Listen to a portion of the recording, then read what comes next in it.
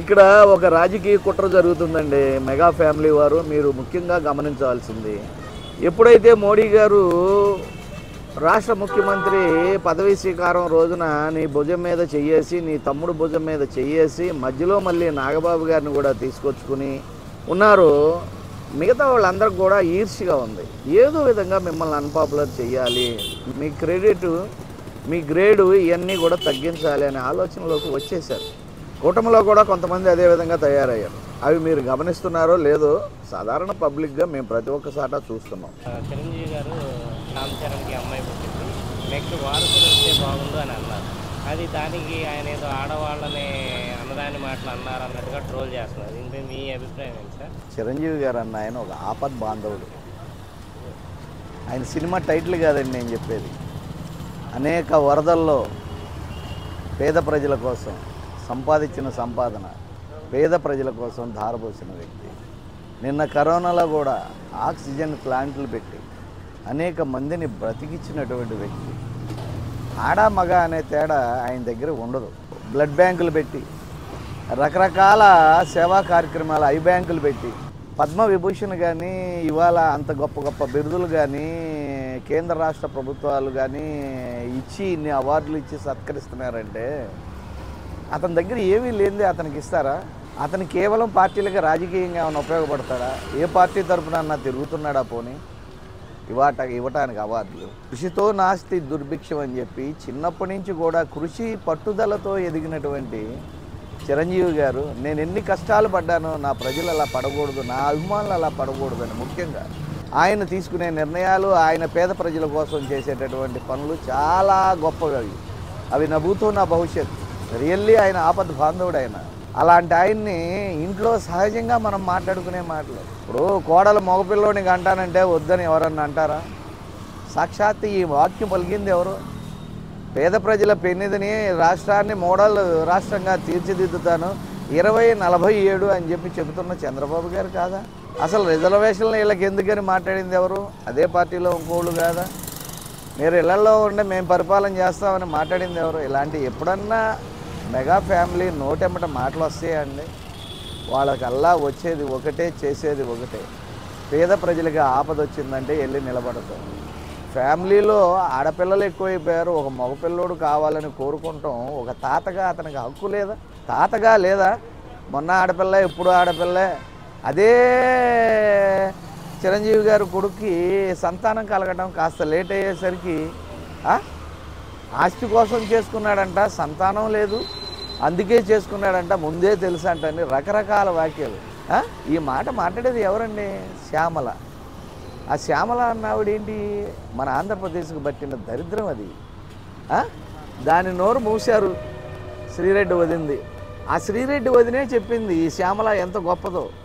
దాని వీడియోలు ఒకసారి మీరు పెట్టండి మీడియా వారు. ఇలాంటి పనికిమాలిన మాటలు, పనికిమాలిన వాళ్ళు మాట్లాడి సమాజం తిరస్కరించి తీసేసినటువంటి వాల్యూ లేనటువంటి వీళ్ళు ఈ ఐటమ్ గర్ల్స్ మాటలకి మీరు మాబోటి వాళ్ళ దగ్గరికి వచ్చి అడిగితే అది ఎంతవరకు సమంజసం ఒకసారి ఆలోచించండి. చిరంజీవి గారు ఒక మేరుగు పర్వతం. అది ఎంత కష్టపడి వాళ్ళ అత్యున్నత శిఖరాలు ఎదిగిన వాళ్ళు. అతన్ని దించాలి, తుంచాలని చెప్పి చాలామంది ప్రయత్నించారు. సాక్షాత్తు పవనుడు, తమ్ముడు కాదండి, పవనుడు అంటే ఆంజనేయ స్వామి. ఆ ఆంజనేయ స్వామి సకల ఆశీస్సులు ఆయనకున్నాయి. ఆయనకి ఏమీ కాదు, 100% ఆయన నిండు 100 ఏళ్ళు ఉంటాడు. దానికి ఉదాహరణే 64-65 ఏళ్ల వయసులో ఇంకా యంగ్ హీరోలాగా చూడండి. ఇప్పుడు కాల్ షీట్ ఇస్తే, ఇప్పుడు కాల్ షీట్లు ఆయన ఫ్రీ చేసి నేను ఇవ్వగలను, నేను చేయగలనంటే సంవత్సరానికి 20 సినిమాలు ఆయనతో తీసేటటువంటి మహానుభావులు ఉన్నారు. అలాంటిది ఆయన గురించి మాట్లాడతాం.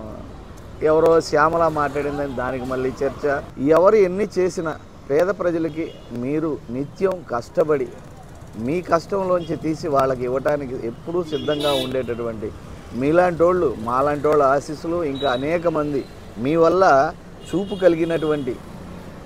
పొందినటువంటి అనేక మంది నిరుపేదలు, మీరు సమయానికి రక్తం దానం చేయటం వల్ల బ్రతికి బట్ట కట్టినటువంటి అనేక మంది నిరుపేదలు, మీ అభిమానులు, వీళ్ళందరూ ఆశీస్సులు ఉన్నంత వరకు చిరంజీవి, నువ్వు చిరంజీవేనయ్యా.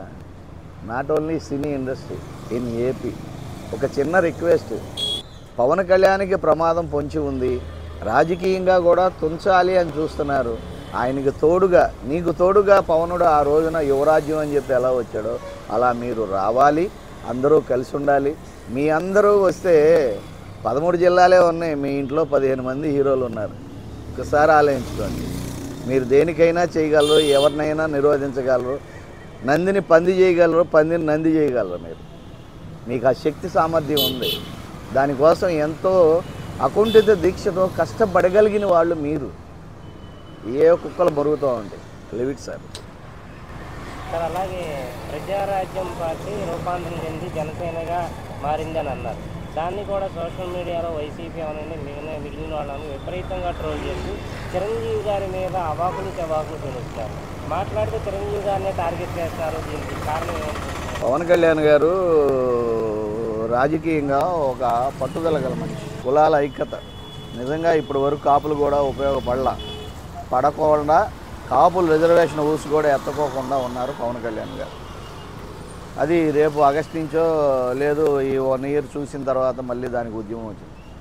కులాలను ఐక్యత పరుస్తానన్నాడు. ఆయన ఐక్యత పరచబట్టే ఇవాళ ఆయన్ని విమర్శిస్తున్నటువంటి కొన్ని మీడియాలు, ఈ మీడియాలు ఏంటనేది మీ మీడియా వారికి బాగా తెలుసు.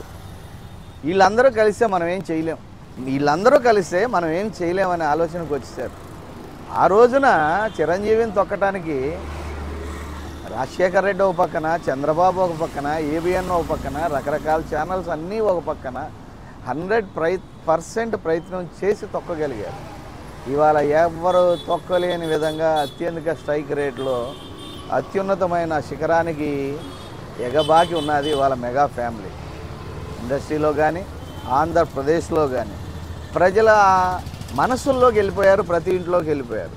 ఎలా నిరోధించాలా అని చెప్పి చిరంజీవిని మాట్లాడతాం ఏంటండి? రాముల వారు వచ్చినా రాముల వారు కూడా తిరిగిపోతూనే మాట్లాడే మన ఆంధ్ర రాష్ట్ర ప్రజల గురించి నో కామెంట్స్ సార్.